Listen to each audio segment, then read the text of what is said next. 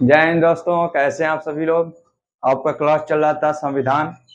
संविधान में मैंने आपको बताया था कि कहाँ से आपका टोटली आपको बताया है कि कब बैठक कितनी हुई थी और हमारा जो संविधान है 26 जनवरी 1950 को ही क्यों लागू किए गए।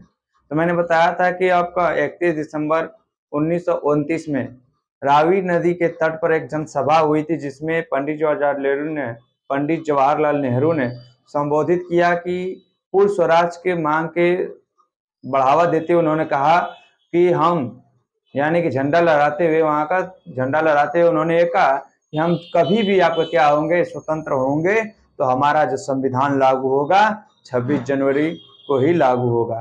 तो जब आप संविधान पूर्ण रूप से तैयार हुआ था तो जानते हैं कि तैयार लास्ट अंतिम बैठक 24 जनवरी को हो गई थी, लेकिन बनकर तैयार कब हो गया था। आपको मैंने बताया था कि 26 नवंबर 1949 को एकदम पूर्ण रूप से लागू यानी बनकर तैयार हो गया था और इस पर अंतिम बैठक 24 जनवरी 1950 को हुई थी और जिसके कारण उस सभा में 26 जनवरी 1950 को गणतंत्र दिवस मनाया जाता है।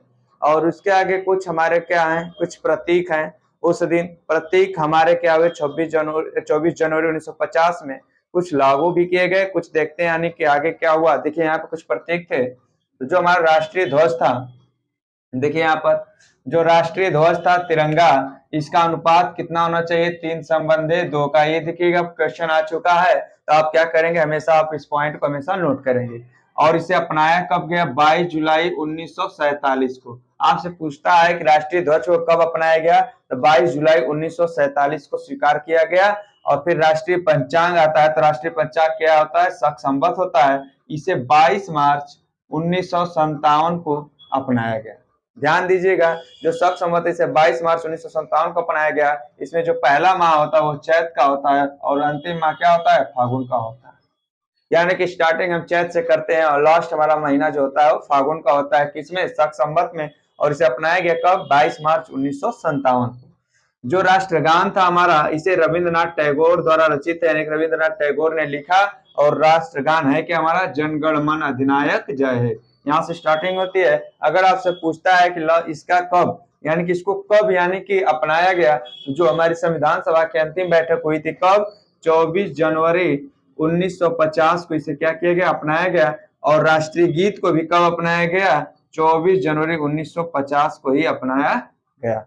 अगर पूछता है कि राष्ट्रीय गीत किसके द्वारा रचित है, तो बंकिम चंद्र चटर्जी द्वारा क्या था, ये हमारा राष्ट्रगान रचित, यानी कि राष्ट्रगीत जो बंकिम चंद्र चटर्जी थे, इन्होंने क्या किया था, लिखा था।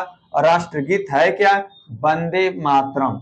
वंदे मातरम हमारे के राष्ट्रगीत है। और इसे पहली बार भारतीय राष्ट्रीय कांग्रेस के अधिवेशन, अगर ये आपका क्वेश्चन बहुत इंपॉर्टेंट है, पूछता है कि पहली बार राष्ट्रीय गीत कब गाया गया था, यानी कि जो पहली बार राष्ट्रीय गीत कब गाया गया था, जो भारतीय राष्ट्रीय कांग्रेस का अधिवेशन था, कहाँ का अधिवेशन, कोलकाता का जो अधिवेशन था, उसमें ये गाया गया था। पूछता है कि किस भारतीय राष्ट्रीय कांग्रेस के अधिवेशन में या कहां पर, यहाँ देखिए अगर पूछे कहां पर तो कलकत्ता, अगर आपसे पूछे किसके कब तो भारतीय राष्ट्रीय कांग्रेस के समय, यानी कि जब कलकत्ता अधिवेशन हुआ तो उसमें राष्ट्रीय गीत गाया गया था।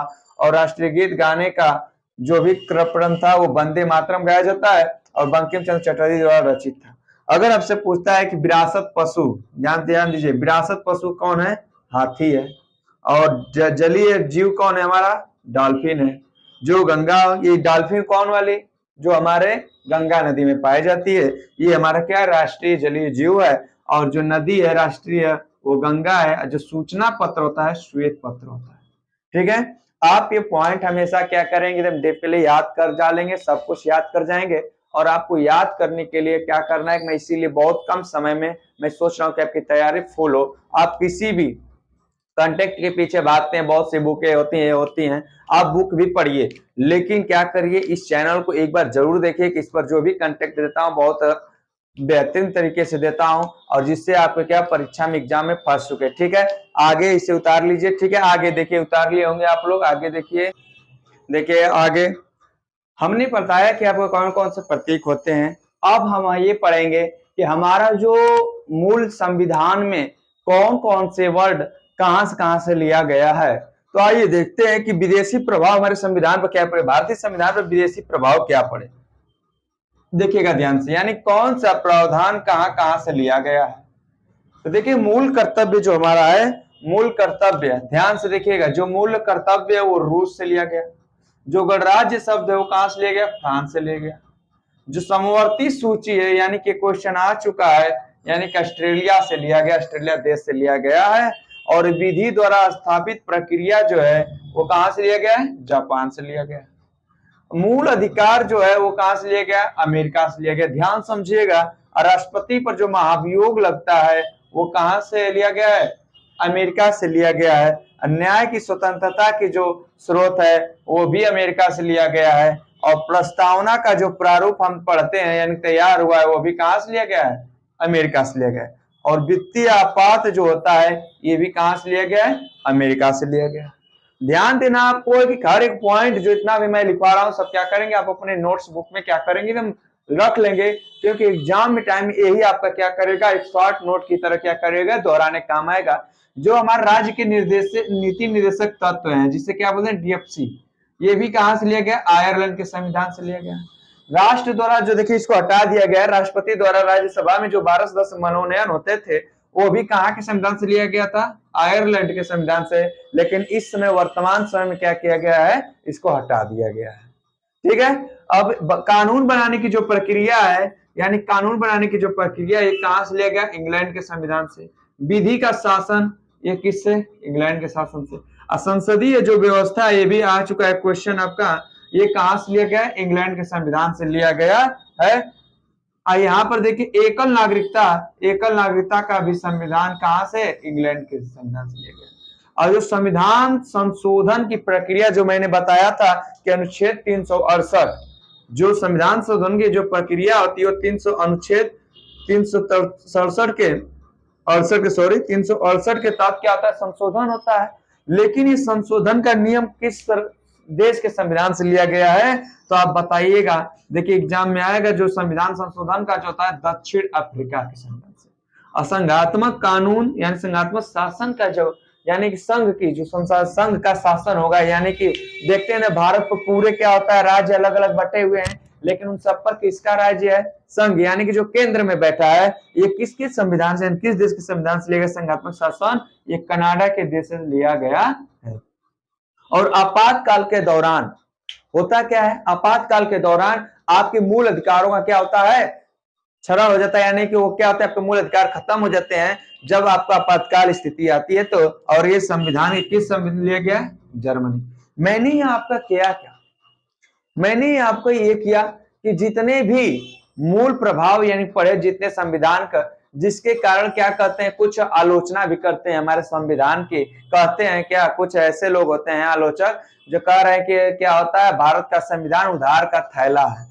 तो उधार का थैला है किस लिए कहते हैं, क्योंकि अधिकतम शब्द जो है हमारे हर एक किसी न किसी देश से लिए गए हैं, जिसके कारण क्या कहा जाता है कि भारत यानी भारतीय संविधान एक उधार का थैला है।